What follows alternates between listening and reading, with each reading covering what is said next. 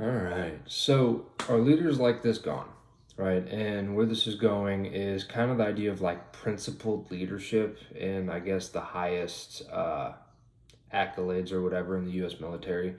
And for this, we're going towards a book called Without Hesitation. This is by retired General Hugh Shelton. Here's a cover if you care.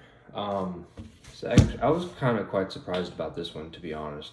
But again, he was our 14th chairman of the Joint Chief of Staff. He was under both Clinton and Bush, and also was the chairman during 9/11.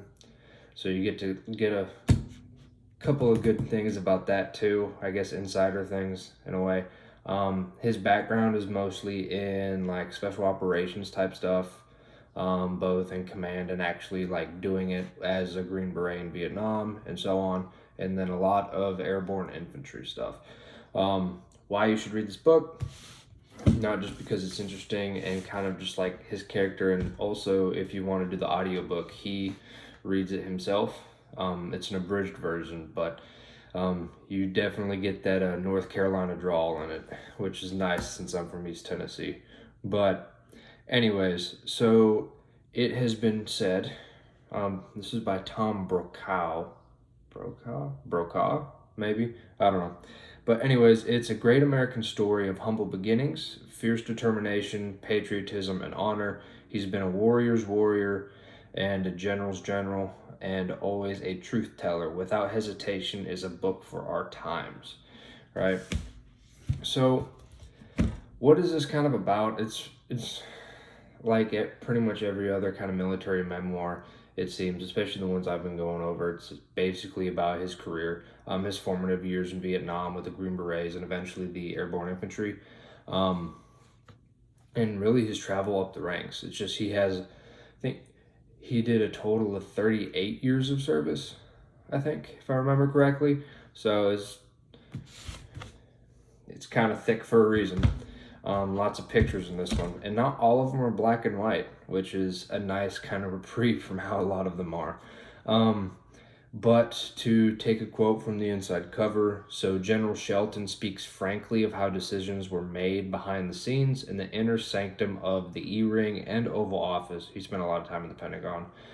And reveals key military options and meetings that have not yet been disclosed. But it's still in a book, if you know much about how kind of information is allowed to get out, I guess.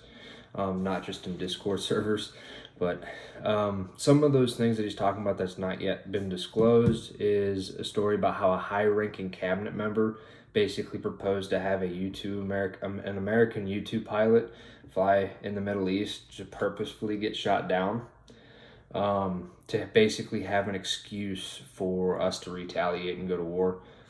This was, again, back when he was chairman of the Joint Chief of Staff in around 2000 or late 90s, I think, is when this specific story was.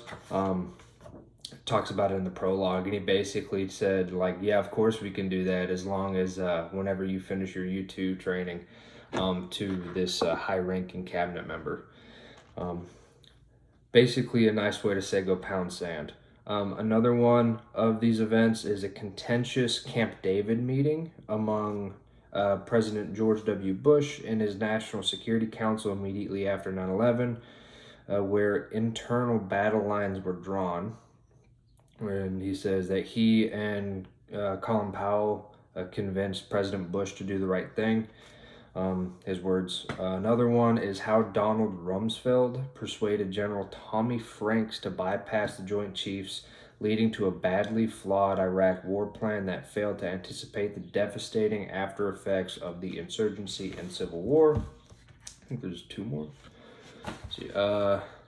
Attempts to kill Osama bin Laden that were shot down by our State Department, and finally the CIA botched high-profile terrorist snatches, leaving Shelton's special operations teams to clean up their messes.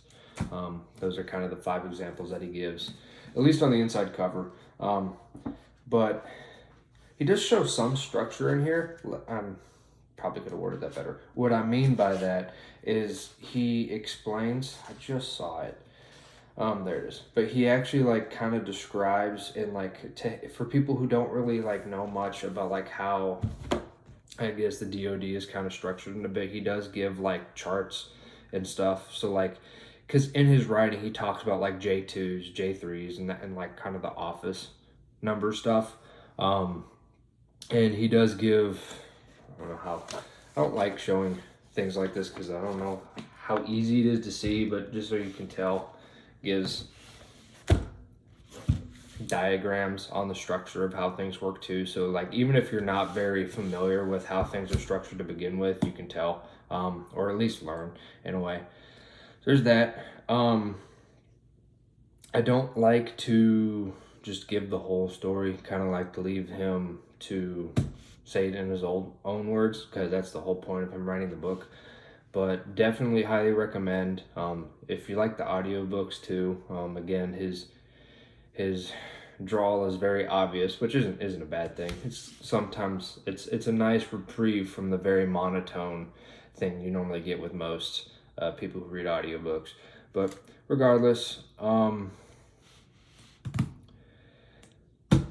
there's not a whole lot I wanted to say about this one specifically, mostly just because it is longer and definitely worth the read.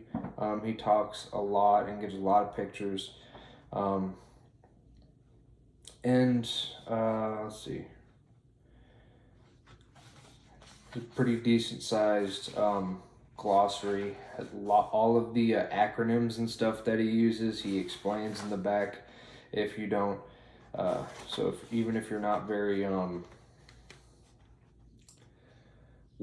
well versed in kind of military lingo, you can still at least figure it out. But definitely worth the read. In his own words, he says if his first few weeks as chairman were any indication of the challenges that the next 4 years would bring, he would have countless opportunities to call upon those principles deeply ingrained within him as a young boy in a small North Carolina town called Speed, right?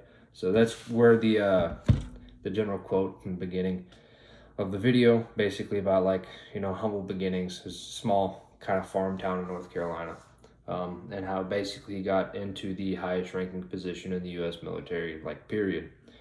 So there's that. One thing that I've noticed as I've been kind of like reading more of these types of books, is, and I guess that I've been thinking is kind of interesting, is really kind of overlaying them all together.